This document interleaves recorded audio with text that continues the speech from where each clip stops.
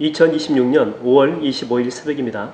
하나님 말씀은 시편 83편 13절에서 18절입니다. 나의 하나님이여 그들이 굴러가는 엉겅퀴 같게 하시며 바람에 날리는 건불 같게 하소서. 살림을 사리는 불과 산에 붙는 불길같이 주의 광풍으로 그들을 쫓으시며 주의 폭풍으로 그들을 두렵게 하소서. 여호와여 그들의 얼굴에 수치가 가득하게 하사 그들이 주의 이름을 찾게 하소서.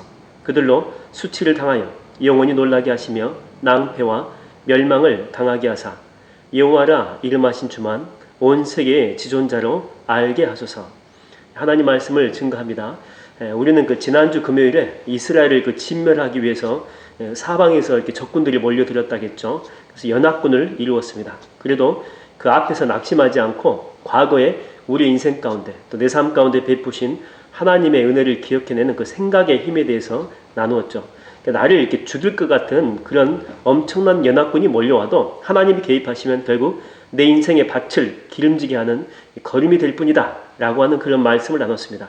오늘 이 본문은요, 아삽의 시편 가운데서 가장 마지막인 83편의 최종 결론의 말씀입니다. 마침내 침묵을 깨고 일어나신 하나님께서 대적들을 어떻게 흔적도 없이 흩어버리고 또 그 폭풍 같은 심판 뒤에 어떤 위대한 반전이 숨겨져 있는지 우리에게 보여주죠. 새로운 한 주를 시작하는 이 새벽에 우리 인생의 대적들을 흩으시고 홀로 영광 받으실 주님의 능력을 붙드시는 이 새벽이 되기를 주의 이름으로 축원드립니다. 여러분 13절 말씀을 먼저 보십시오. 아삽은 그 대적들을 향해서 이렇게 선포하고 있습니다. 나의 하나님이여 그들이 굴러가는 엉겅퀴 같게 하시며 바람에 날리는 건불 같게 하소서. 그러니까 사방을 에워싼 10개국의 그 연합군은 당장이라도 이스라엘이 막 짓밟을 것처럼 거대하고 정말 무시무시했거든요.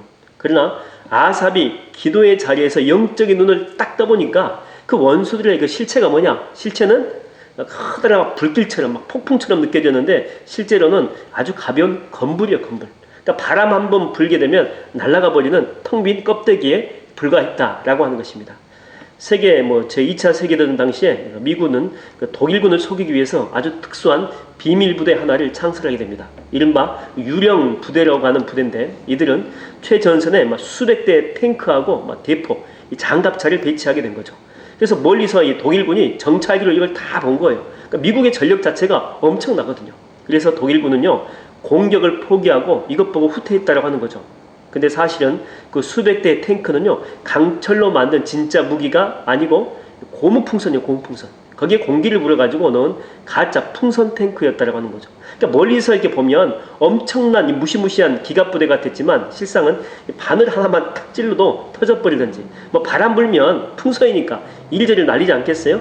빈 껍데기, 빈 껍데기. 여러분 우리를 애워싼 인생의 문제들이 이와 같다는 거예요. 당장 나를 짓밟을 것 같은 수많은 그 문제들이 있어요. 막 죽을 것 같아요. 그러나 실상은 사탄이 만들어낸 유령 부대하고 똑같다는 거예요. 만군의 여호와 앞에서는 그저 바람에 날려다니는 가벼운 풍선이고 건불일 뿐이다라고 하는 것입니다. 주님이 한번 숨 한번 내쉬게 되면요 흔적도 없이 흩어져 버릴 안개와 같다라고 하는 거예요. 그래서 이 사실을 가장 잘 알고 있는 아삽은요 14절과 15절에 담대하게 기도하며 선포하고 있죠. 뭐라고 이야기합니까? 살림을 사려는 불과 산에 붙은 불길같이 주의 광풍으로 그들을 쫓으시며 주의 폭풍으로 그들을 두렵게 하소서. 그러니까 인간이 아무리 촘촘하게 동맹을 맺고 막 성벽을 쌓을지라도 하나님의 광풍, 하늘의 광풍, 성령의 광풍 앞에서는 아무런 힘도 쓰지 못한다라고 하는 것입니다. 우리 역사에도 이렇게 보게 되면 을지문덕과 이 수나라 전쟁할 때 정말 통쾌하기가 이를 데가 없죠. 수나라가 우리나라 집어삼키겠다고 113만, 100만이 엄청 넘는 숫자죠. 엄청나게 많은 대군들이 쳐들어옵니다. 태산 같은 군대죠. 그 중에 30만이 정예부대인데 이들이 먼저 와요. 평양을 치려고. 우리나라는 그야말로 풍전등화와 같은 그런 상황입니다. 근데 이들이 살수, 청천강인데 그 주변에 왔을 때 둑을 이렇게 막아가지고 위쪽에 물이 이렇게 많이 흐르지 못하도록 미리 이렇게 막아놨거든요. 근데 이제 그들이 이 청천강을 건널 때쯤에 둑을 터뜨려가지고 강물을 전부 다 쏟아버린 거예요. 이때 살아 돌아간 자가 겨우 3,000명 정도도 안 된다고 합니다. 그야말로 완벽한 괴멸이다라고 하는 거예요. 여러분 세상이 아무리 수나라의 대군처럼 혹은 오늘 본문의 야수들처럼 우리를 애워싸고 협박을 해와도 하나님의 말씀에 광풍이 부시고 성령의 폭풍이 우리 가운데 일어나게 되면, 그 속에 일어나게 되면 한 방에 끝나는 것입니다. 여러분, 위기는요, 내가 해결하는 것 아니에요. 기도의 자리에서 하늘의 폭풍을 명령하시는 우리가 하나님을 그 신뢰할 때 주님이 친히 우리의 전세를 역전시켜 주신다고 하는 것입니다. 자, 그렇다면 하나님이 이처럼 광풍을 불어가지고 대적들을 흔적도 없이 흩으시는 이 궁극적인 목적이 어디 있을까요? 궁극적인 목적은 16절과 18절의 그 해답이 나옵니다. 부분적으로 읽게 되면 이런 말씀이죠. 그들의 얼굴에 수치가 가득하게 해서 그들이 누구의 이름을? 그래요, 주의 이름을 찾게 하소서. 여호와라 이름하신 주만 온 세계의 지존자로 알게 하여 주시옵소서. 그러니까 하나님이 일하시는 목적이 뭐냐면 단순히 우리 막 체면을 세워주거나 이 세상에 복수하는 데 있지 않다는 거죠. 하나님의 기적들이 쫙 일어나면 그 원수들이 볼 것 아닙니까? 야, 저 사람과 함께 하시는 여호와가 진짜 온 세상의 주인이시며 지존자이시구나.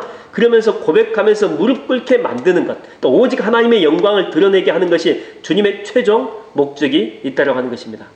여러분, 아무리 강한 세력이 여러분을 힘들게 할지라도, 대군처럼 몰려올지라도 두려워하지 마시고 놀라지도 마시고 숫자를 보고도 떨지 마세요. 하나님 앞에서는요, 바늘 하나면 터져버리는 유령부대고 건불에 불과하기 때문에 그렇습니다. 하나님은 반드시 여러분의 삶에 함께 하실 거예요. 그래서 다시 여러분들을 일으켜 세우실 것이고, 하나님만이 유일한 전능한 지존자이심을 여러분의 삶을 통해서 온 세상에 선포하실 줄로 믿습니다. 우리 이 시간 다 같이 우리의 대적들을 흩으실 주님의 전능하신 이름을 굳게 의지하면서 주의 이름 부르짖고 통성으로 기도하겠습니다.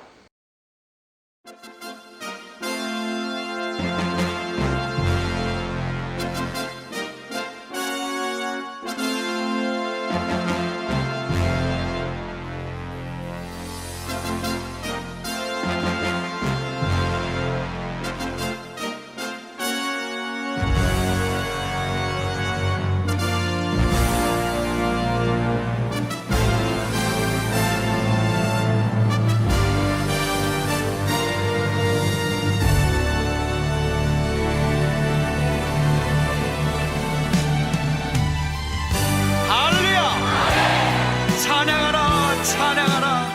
하나님을 찬양하라. 우리의 왕을 찬양하라.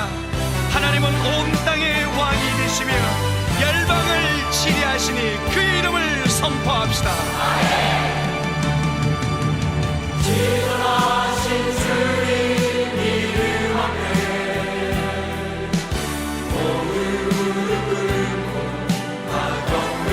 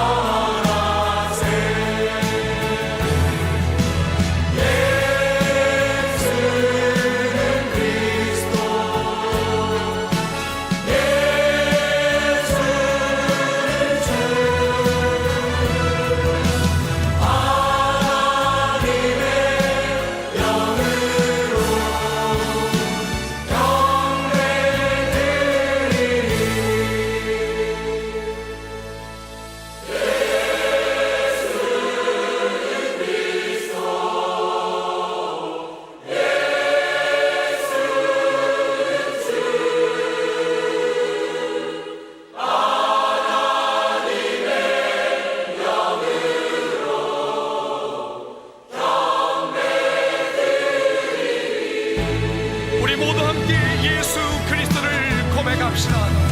예수는 그리스도, 살아계신 하나님. 예수는